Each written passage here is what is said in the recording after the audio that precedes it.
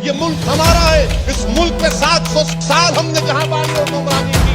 ये चार मीनार तुम्हारा है, ये किले को गोलकुंडा तुम्हारा है, ये दारुल सलाम तुम्हारा है, ये कुतुब मीनार तुम्हारा है, वो ताजमहल की खूबसूरती तुम्हारी है। अरे सब कुछ तुम्हारा है। बात यह है कि मैंने जुम्मतुल विदा के जलसे में भी ये बात को कहा और आज फिर से कह रहा हूं कि भारत के वजीर आजम को इस मुल्क के अवाम से माफी चाहना पड़ेगा कि उनकी हुकूमत की गलती, उनकी हुकूमत की नाअहली, उनकी हुकूमत की ये तमाम गलत प्लानिंग की वजह से आज हमारे मुल्क में ऑफिशियली 4000 लोग मर रहे हैं।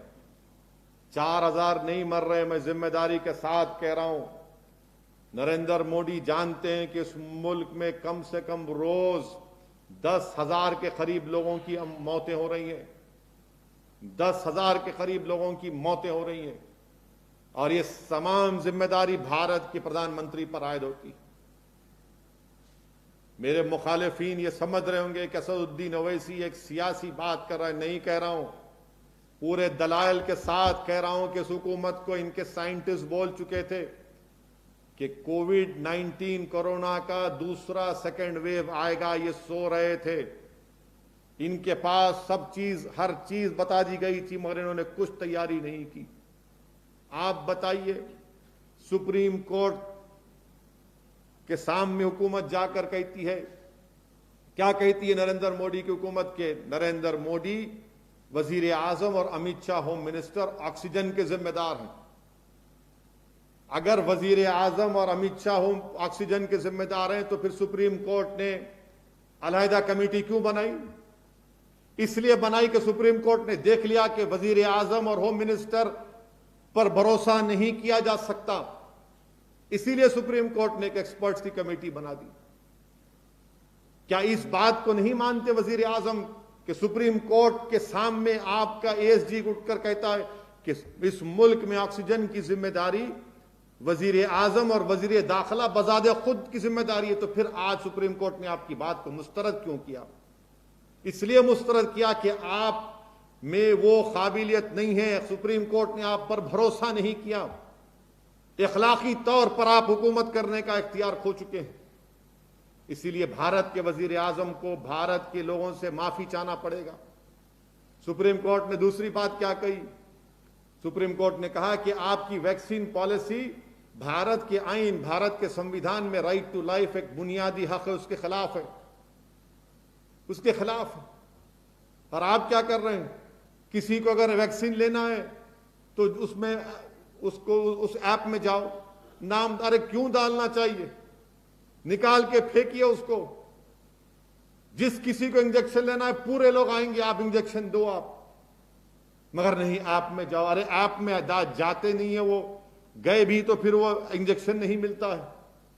नरेंद्र मोदी की हुकूमत ने वैक्सीन नहीं दे रही है स्टेट गवर्नमेंट को। अगर वैक्सीन दे देते तो आज ये नौबत नहीं आती। आज लोग लेने तैयार है वैक्सीन, मगर वैक्सीन ही नहीं है। हम बहैसियत मुल्क अमेरिका के इस मौक़िफ़ की तायीद कर रहे हैं कि अमेरिका उस लाइसेंस को, जो दवाओं का लाइसेंस है, अमेरिका कह रहा है कि जो भी चाहे उसको वो बना ले।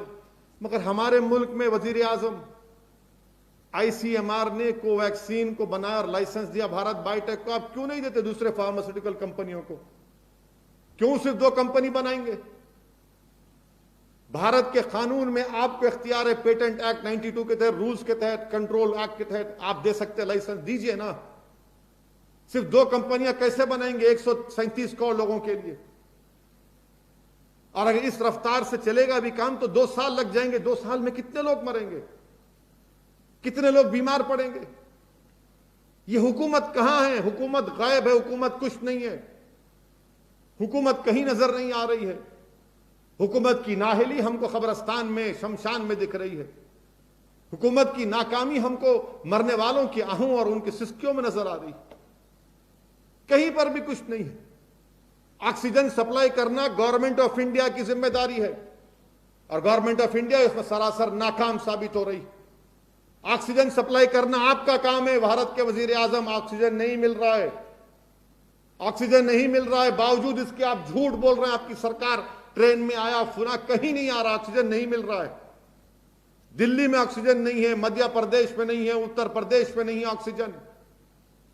कितनी रियासतों में ऑक्सीजन नहीं है। आंध्रा हुकूमत कह रही है, तेलंगाना की हमारी हुकूमत कह रही है कि हमको 500 मीट्रिक टन दिया जाए। रेमडेसिविर इंजेक्शन नहीं है, वैक्सीन नहीं है। सिर्फ आप बात करेंगे चीफ मिनिस्टर से।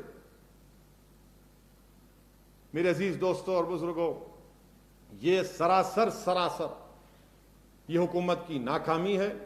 एक प्रेस कॉन्फ्रेंस नहीं कर सकते वजीर आजम।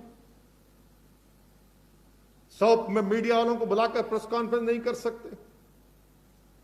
बताइए फिर क्या करेंगे, अवाम कहां जाएगी। उत्तर प्रदेश के गांव में जहां पर लोग कह रहे हैं, मीडिया कह रही है कि जिस गांव में साल में 2 लोग मरते थे, आज उन गांव में रोज 10-10 लोग मर रहे हैं। 1 लाख गांव है उत्तर प्रदेश में। बताइए आप कहां जाएंगे। लोग गरीब परेशान हैं और आप क्या कर रहे हैं। बताइए आपकी सरकार क्या करना चाहती है। कोई प्लान ही नहीं है आपके पास। सुप्रीम कोर्ट अपनी कमेटी बना दिया है। इससे बड़ा तमाचा क्या हो सकता है उस हुकूमत पर। मेरे अजीज दोस्तों और बुजुर्गों, ये सरासर बीजेपी की नाकामी है। और वो जो बीजेपी के सपोर्टर्स असदुद्दीन ओवैसी पर तनकीद कर रहे हैं, ये बोले, अरे बोलता रहूंगा, सच्चाई बयान कर रहा हूं, दलाइल के साथ बता रहा हूं।